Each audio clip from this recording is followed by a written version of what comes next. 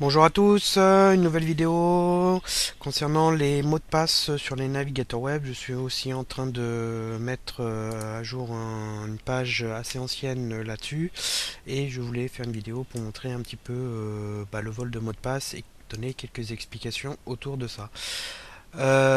Donc, comme je pense vous le savez tous, les navigateurs web permettent d'enregistrer des identifiants mots de passe des sites que vous consultez, forums, Facebook, Google, etc. Le but est simple, votre mot de passe est enregistré dans le navigateur web. Quand vous retournez sur le site, vous n'avez pas à vous prendre la tête et vous pouvez, en fait, le navigateur web va automatiquement saisir votre utilisateur mot de passe. Donc c'est très pratique, c'est très simple, mais ça pose de graves problèmes de sécurité.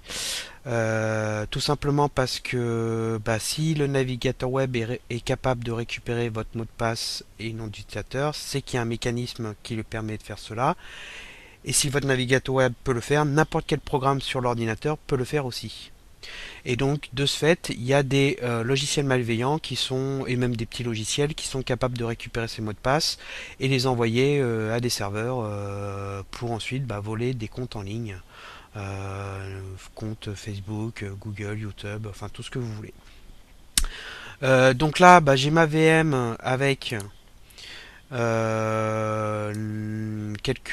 avec Firefox, Google Chrome, Internet Explorer et Edge parce que c'est un Windows 10. Sur Firefox et Google, il y a un ou deux mots de passe enregistrés. Je vais vous montrer sur Firefox. Donc c'est il y en a qu'un, hein, c'est celui du forum Malécal avec un utilisateur de test. Donc si on va dans les options et sécurité, ici vous avez les identifiants enregistrés. Et donc là j'ai celui, comme je vous dis, forum Malécal avec l'utilisateur de test. Et vous avez même un bouton afficher les mots de passe qui vous permet d'afficher les mots de passe. Alors, pour la petite histoire, en fait, les mots de passe sont stockés dans votre profil Facebook. Donc c'est pareil pour enfin c'est pareil pour Google Chrome. IE c'est dans Windows parce qu'en fait il utilise un système inclus dans Windows qui permet à toutes les applications Microsoft de se baser dessus. On va ouvrir le profil. Hop là, je vais aller un peu vite. Profil. Et ici, vous avez un fichier qui s'appelle logon. Voilà, JSON. Et en fait, ce fichier, il est disponible en clair. Alors là, vous allez peut-être hurler, mais avant précédemment, c'était un fichier en fait SQLite, qui est une base de données. C'était plus ou moins identique. Alors, les infos sont en clair, mais pas tout. En fait, l'utilisateur et mot de passe, qui sont ici, sont chiffrés et en fait se base sur un fichier qui est 3.db et qui permet ensuite de déchiffrer ces derniers.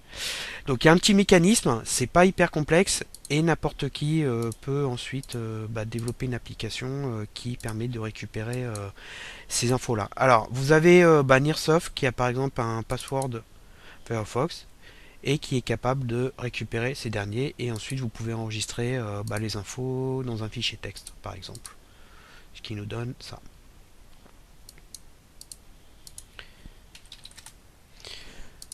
Et hop, voilà. Ça ressemble d'ailleurs à pas mal de keylogger qui génèrent aussi des fichiers texte un peu de cette forme-là. Après, vous avez l'équivalent pour Chrome, hein. Donc là, c'est pareil, j'avais aussi enregistré dessus le même utilisateur.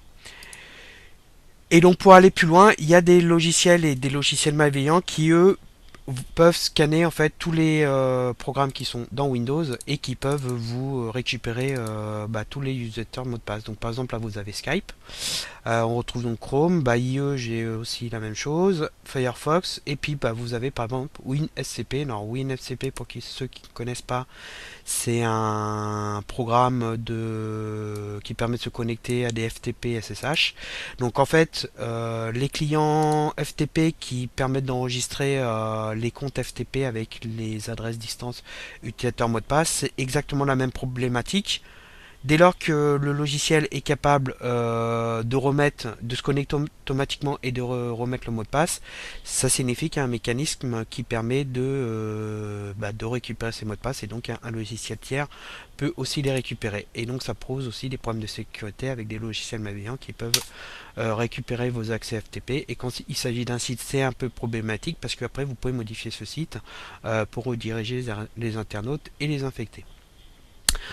Alors au niveau, donc il y a une page que je vais vous donner à la fin qui donne aussi quelques astuces, notamment Firefox a un système de mot de passe principal, donc dans les options sécurité, qui est ici.